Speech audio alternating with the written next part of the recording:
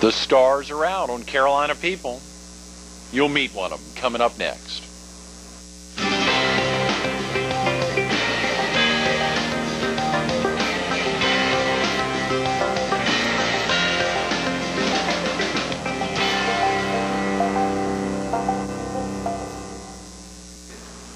Good morning. Welcome to Carolina People. This morning we're at the Alabama Theater in North Myrtle Beach. We're focused on an amazing guy and an amazing place, and we're visiting with its MC, Greg Rowles. Welcome to our home, to my home away from home. It is. You're here a heck of a lot, Greg. We spend a lot of time here, obviously during the week, but mounting one of these shows and during the rehearsal process for the regular show and the Christmas show, we basically live at this theater. And there's a thing called the One Show. Is that the regular show? The show runs 6 nights a week, and we start that show in February, and that runs right through the end of October. And then we start the Christmas show, which runs November 1st right through New Year's Day. So when you perform, it is on the show? That's correct. I'm in the Christmas show as well. Okay. And we start rehearsing that in August. So while we're rehearsing the Christmas show, we come in and that night and perform the show. So it gets really hectic there for a couple months. Greg, the theater is open year-round, though. Year-round. So you were slammed year-round? Year-round. We have the performers here that perform for the show, the production. We actually have a couple weeks off in January, and that's when we scatter. Everybody goes and does their thing, because we're here 6 days a week, so it doesn't really give us time to venture out and take little mini vacations. Right. But with that being said, man, we love our jobs. We just have a great time. In the Alabama Theater, being here on stage, look at all those seats out there. It is incredible. I'm sorry the viewers can't get a feel of that, but it is amazing it's incredible. How large is this place? This place seats 1,993 folks, and again, you mentioned a minute ago, it's open year-round. We have celebrity concerts that come in usually 1 day a week, and the off-season. Your acts like the Jeff Foxworthy's, the Kenny Rogers, the Coasters, Platters, Drifter show, they come in 1 day a week, and that gives us a break, but it's non-stop year-round. And I remember, even as a kid, Greg, going into auditoriums and different venues and seeing those seats and pretending on stage to sing in front of people. And even now, you'll catch me a lot of nights after the show. I go out into the audience, and I'll go up in the balcony too, just to give different vantage points. I'll just sit in the seat for a minute and just look at an empty stage to see what they're looking at, what they see. Wow. And I love standing on this stage and entertaining. It's what I live to do. Now, as the MC, do you get out into the audience much, or does everything stay on stage? Do you have wireless mics? Yeah, we're all wireless. In fact, I've got a wireless headset that I use for 75% of the show, and I do get out in the audience and mingle a little bit. Yeah. And I think that's very important. It's important for any entertainer to connect with an audience in any different way, and my way is to welcome them here. That's part of my job, to give the show a flow and to make it flow, keep it moving. But I do, there are a couple moments in the show where I get to stop, and I do get to interact and visit, and I think that's very important. You can't fool an audience. Yeah. If you're not having a good time, they're not going to have a good time. And the one piece of advice that my dad gave me as a kid was to treat this venue, any venue that I played, like my living room. So if you get out there and talk to people like they're in your living room, that will endear them to you. And I try to remember that each and every night that I do this. Yeah, and the great thing is not knowing who's in the audience. It could be that the audience is made up of folks who will come back year after year. It could be group tour operators that can bring thousands and tens of thousands of folks. You just never know, so you have to make every performance like it's the most important one ever. It's been amazing. There have been nights I've gone out in the lobby, and of course we do that on a nightly basis, to go out there and thank folks for coming to the show. Right. And there are nights you think, gosh, man, I'm having a bad night. This is not a good night. And you find somebody was watching you that you had no idea that they were in the audience watching. Oh yeah.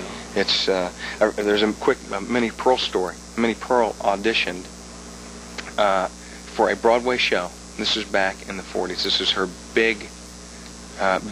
She didn't know it was her big break. She went and auditioned for a show, and she gave a lackluster performance. Didn't put her heart into it, and because there were 4 people in the audience, the curtain opened, and one of those people wanted to hire her for the lead in Annie, Get Your Gun, Wow. on Broadway.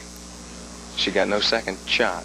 So that those little stories, little moments like that, and hearing those stories remind you that every time you come out here, there's somebody in that audience that they paid, they had hard-earned money to come see you entertain, and that's your job. I do love what I do, but it's also my responsibility to make sure that when they leave, they feel like they got their money's worth and more.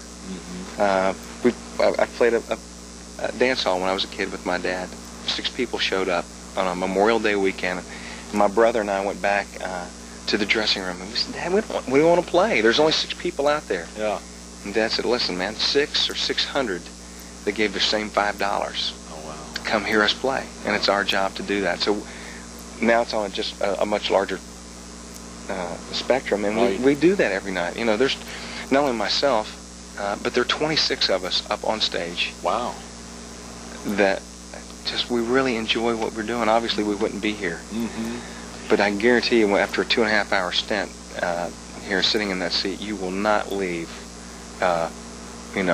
dissatisfied. We leave, and we give them such a variety to listen to. When Greg, in this show, we cover everything from bluegrass to Broadway to country to rock and roll to gospel, and one of our staples in the show is the finale, this patriotic finale that the theater has been doing for the last 10 years that it's been open, and the 4 years that we've been running this current finale. It's incredible. It just tugs at every emotion that you have. You want to stand up and scream.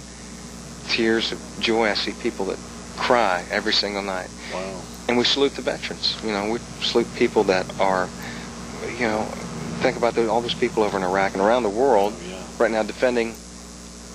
We have a chance to sit here and talk together freely about anything because they're defending our freedom. And so we salute those folks in the show every night, and that's our finale. That must be very powerful. Gail talked a little bit about that yesterday, and it's so exciting, and I'm so glad you all opened the doors for us to get in here. Folks are asking, why are you at the Alabama Theater? Well, it's part of it was a segue to be able to get you down. It was tough to get you down to the studio, so you said, come to our home. And I'm glad you did. It's good for Carolina people. On Monday, Russell Holiday was with us, pumping up the Gallivansberry. I love Russell. She's awesome. Oh, yeah, she is a superstar. And I think Bob Wood had said that y'all had formed or had taped out at their home place. We did every year. The theater has been giving me the honor of making a video of my family, my wife Brandy and my 3 kids. I've got a daughter Courtney who's 8, and Grayson's 5, Ashton's 4. So every year I take a country song, and we create a new video to this song. So last year we went out to Russell's place in Gallivansberry and we spent an entire day out there filming and had a blast at our house. Oh yeah. She talked about that after the interview. But it's an amazing tie in there to be able to get out to new locations. Y'all have been doing that every year. Every year. This is the 4th year that we've done a video, and folks can now come back and they see me in the lobby and they said the kids have grown, so they feel like they know the kids. And we were a little reserved about doing it the first year, Brandy especially. Right. People coming into our home and videoing, but it's a great way to see the kids grow up. Wow. And it also endears people to. Makes a connection to the entertainer. You said 26 of y'all here on stage. Yeah. That's a big family. 26. Yeah. Cramped quarters. This is a pretty big stage up here, guys. I'm talking about backstage. Oh, yeah. That's here right. we got plenty of room. Yeah. Backstage it's a little bit cramped, but between the singers, the dancers, the band, and of course Grant Turner, our comedian, aka Ricky Mokel. Right. Not to mention the folks that really make this show work, and that's our incredible staff. Dave Hart, who is our production manager, and he's got a staff of 6 techs, lighting, that just, they're the ones that really, they make us look good and sound good. We deliver it, but they're the ones that really working hard backstage. Greg, one interesting question. I don't know if folks ever ask you that. Do you go out and visit the other regular shows here in the area? There's some other regular shows that perform. Yes. Do you go out and visit some of those other locations, or do you and the other performers go out to see other shows? Yeah, we make it a point to. I'm always curious about what my friends are doing down at the Opry, or a lot of my heroes are down there. I talked about Steve Sifford. I knew about Steve years before I came to Myrtle Beach, and Louis Roberts. Of course, Louis' dad played on the Grand Ole Opry for years, and I met him in Nashville. But yes, it's always fun to go out, and I love to be entertained. Yeah. So I'll go down to the Legends show And Michael Amoroso, my friend down there, he said, "Come down and see us. I'd love to be entertained. I love to sit in the audience." And it makes me, more importantly, it makes me really appreciate what we do, because we tend to take it for granted sometimes. And again, that responsibility that we have to an audience. Right. So when I'm entertained, all of a sudden I'm reminded how much I really, really love my job and need to focus on that when I do step on stage. Now you're out in the, I mean, you're out quite a bit, Greg. Yeah. I think I hear you're very popular on Beach TV, and that has been a huge. That's a separate side thing now. And Alabama Theater's wrapped around you getting out and. Been a lot of fun, you know. There's I shouldn't say it's an accident, but every year that Beach TV would come to the theater to do interviews. I did the interviews, and they were looking for someone to help post their local news segment. Right. And I'd already worked with Marvin and Mac and all those guys over there, and Stephanie. So last August we started doing a few things, and now it's a weekly show. Wow. Yeah. And we more or less give the good news about what's going on in Myrtle Beach and some of the things that are upcoming and happening in Myrtle Beach. For our viewers in the PD or southeastern North Carolina who can't watch it on their cable or over the air, if they're down visiting hotels at the beach. 35 in the hotels and 45 in the homes. Okay, for Time Warner Cable subscribers, channel 45. Yes. That's very important. And you said it's a local good feel news. Yeah, it's just a lot of fun stuff. I mean, you know, again, I go tape these segments, and it doesn't feel like work, you know, because it's just a lot of fun. I mean, I don't know what point I'm going to grow up, but I'm going to have to at some point, you know. Randy will have to talk with you about exactly. It. That's right. Greg, about yourself, before we segue a little more into the show and just being on stage, are you originally from the area? No, originally from Fredericksburg, Virginia. Grew up there, went to school there, went to college there, and started playing as a kid. When I say kid, I was 11 years old when I played my first professional job. But I grew up listening to my dad. My dad played in 50s bands and some country bands. And I remember falling asleep on these dance hall tables, Greg, as a kid, and getting woke up at 1 o'clock in the morning. Dad's done. And those were a treat to get to go out and see him play. I mean, my dad's up on stage. I get choked up still talking about it because he's my hero. So when we formed this band, we started in the kitchen. My brother was playing a snare drum, and my mom played rhythm and sang harmony. And I started out playing mandolin, but I played bass guitar in the band for 8 years, and then switched over to guitar and pedal steel guitar. So we started in the basement in the kitchen for a couple of years rehearsing. And then before I know it, I'm playing every Moose Lodge and Elks Lodge from Baltimore to Petersburg, and the fire halls and the wedding receptions, and we just had a lot of fun. And it kept the family really, really close. We spent all of our Friday and Saturday nights together playing music. It was the four of y'all. You don't have any sisters? It was the four. No, it was my brother and my aunt who played piano, and I had a cousin who played fiddle. So it was all six of us together. But it was all family. And the name of the band was the Nashville Connection, and we were pretty well known in that I'm sure that area. The Nashville Connection. Yeah, we just had a lot of fun, and some of the fondest memories that I have ever had are going to a venue on a Saturday afternoon, setting up the lights and setting up the sound system, and coming back that night and playing for a dance. There's a very rare now, the dance halls we used to play for a lot. People used to get duded up on a Saturday night. They put their sport jackets and their ties on, and get really dressed to the nines and go out dancing. And as I got older, the dance halls kind of died off, and we started playing.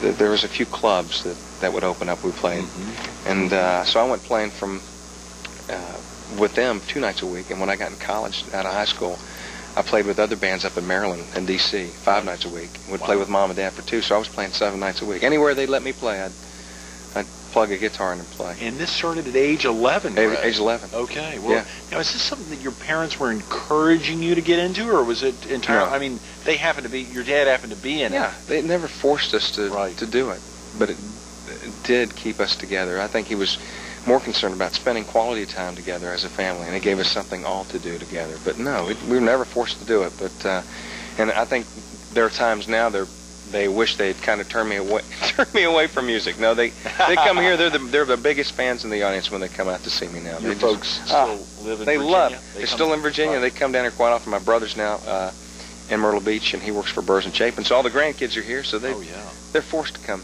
and see us. Yeah, they are. Yeah. your children and your brother. I'm sure that's every reason for them to get down here. Yes, indeed. And my brother and I now get a chance to play together. We're in the praise and worship team at church, so now we're playing in a different venue together on Sunday. So it's great to be able to play with him on occasions too. What's that like being on stage, knowing all eyes are on you when you are the person speaking or singing? What's that like? Is that intimidating? Is it scary? It used to be nerve-wracking. Now if people stare, I check my zipper. Yeah.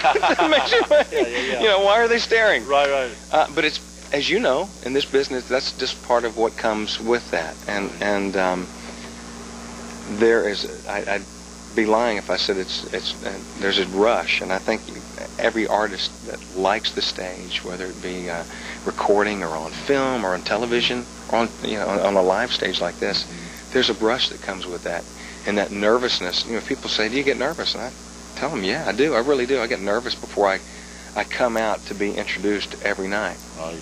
I don't know what's going to happen. I don't know how I'm going to be received.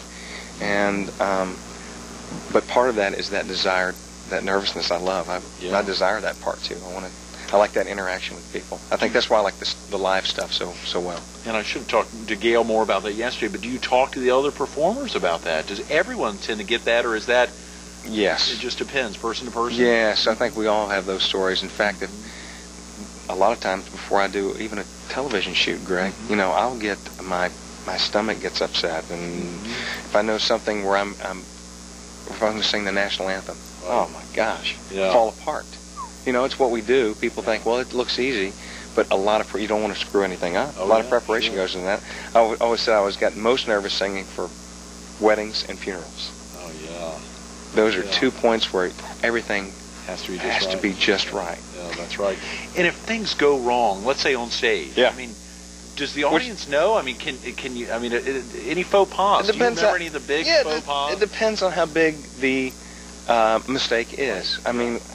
We make mistakes. I know I do. I make them every night. And let's hear it. Let's hear it. What's the biggest mistake here at the Alabama Theater? Well, a lot of these costumes I changed 16 times in a show. Oh, wow. And this has been a few years back. Actually, it was my first year I was underdressed, so I had a set of clothing underneath my opening outfit, so the curtain opened. And they introduced me, so I walked center stage. And I remember as I walked center stage, my strides got shorter and shorter. And I got to the middle of the stage, and people were howling. My pants had fallen down. Oh, my God. Around my ankles. Luckily, I had another pair of pants underneath those, but they were a different color. Oh, right. So it was hilarious. And I remember the curtain opening one night, and I played guitar. The curtain opened, and the curtain got caught in the headstock of the guitar. So when the curtain opened, I was trying to be very, very, just all smiles, cool. Yeah. I'm trying to be cool. Yeah. The curtain, I'm fighting with the curtain. You are kidding. And it drug me off the stage. Yeah. So the audience loves that stuff. Sure. It shows them you're real. A real person. Absolutely. We get up here, we're 4 feet above them, but you might as well be 400 feet. They just look at you on this pedestal, and they tend to separate you. So when you do make those little mistakes, it tends to show them a different side of you that they may not get to know. And I try to do that even with my monologue and different setups. It's not always polished. I stutter, I break it up, and again, it shows them that this is not rehearsed. It's very real. It's very home.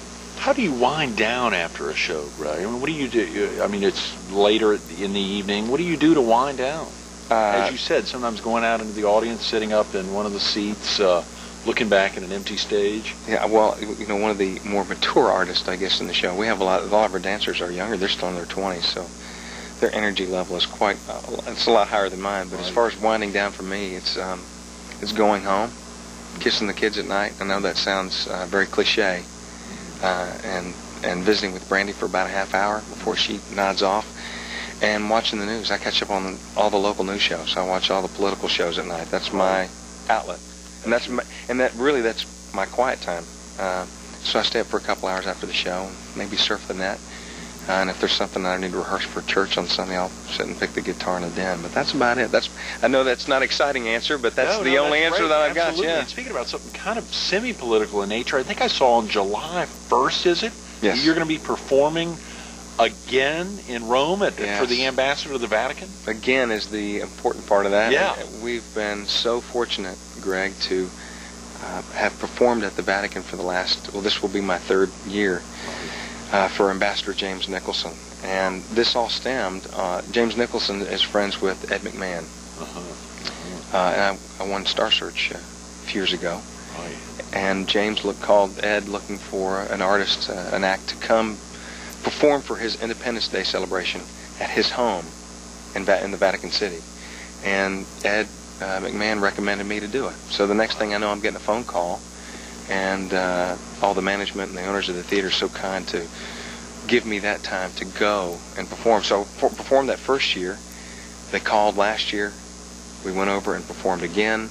Wow. And lo and behold, I'm going back for my 3rd year this year to go. And it's a real quick stint. You know, we fly for a day. We get over there. We more or less catch a couple hours of sleep. We sound check.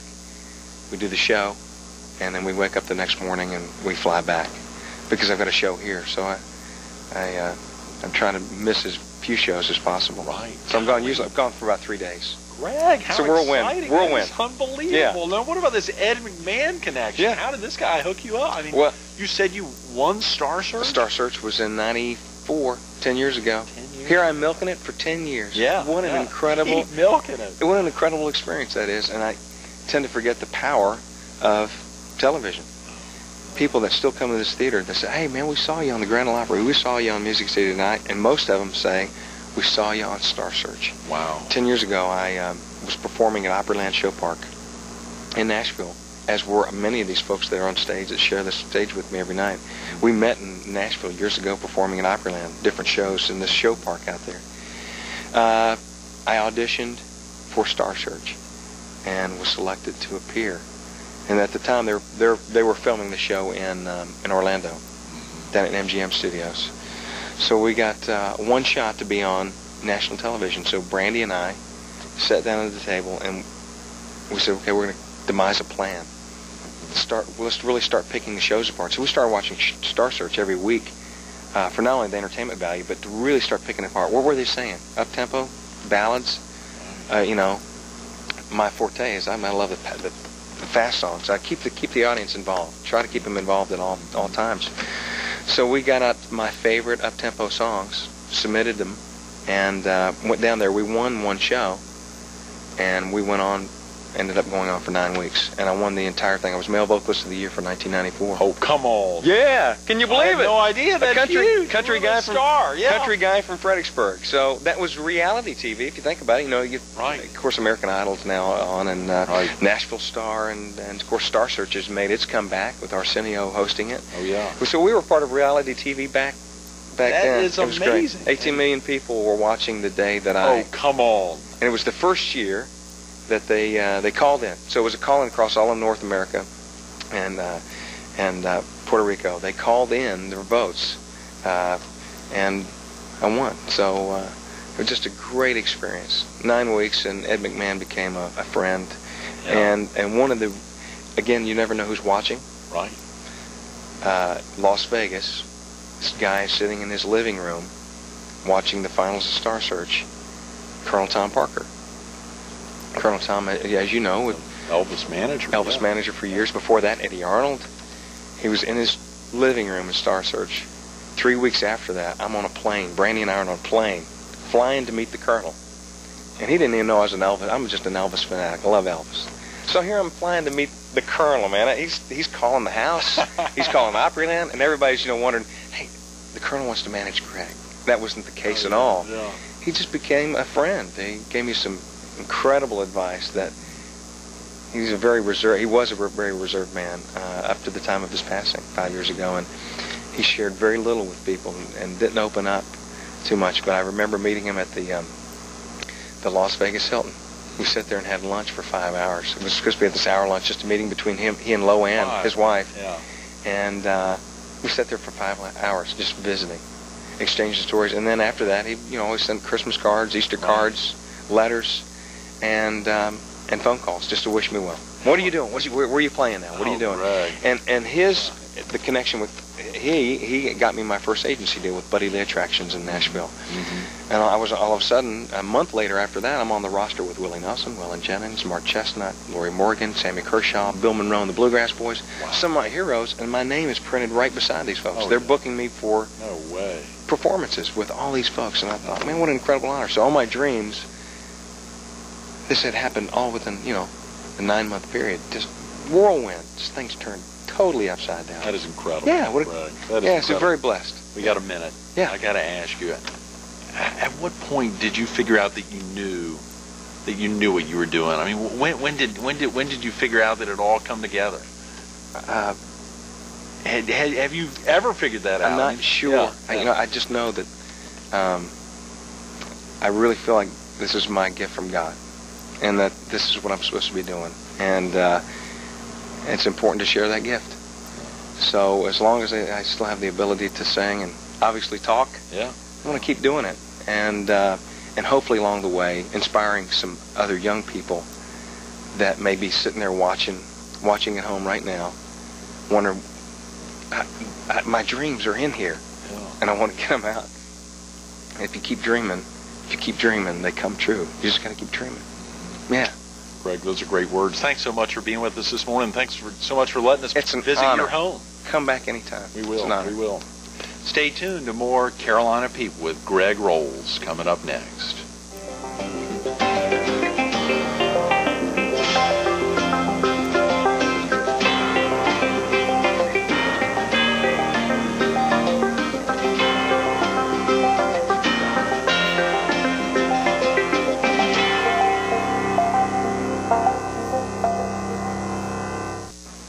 He was on stage at age 11 for the first time. Think about that. Now he's on stage 6 nights a week right here at the Alabama Theater. You heard him say it. The words are simple. It's a gift from God. 10 years ago, 18 million folks tuning in to catch him on Star Search. Millions of folks year-round get in here to the Alabama Theater, get down to Myrtle Beach to visit so many performers, but to get up here and to experience patriotism at its best is exactly what folks need to be doing if they're not doing it. Thanks so much for being with us, Greg.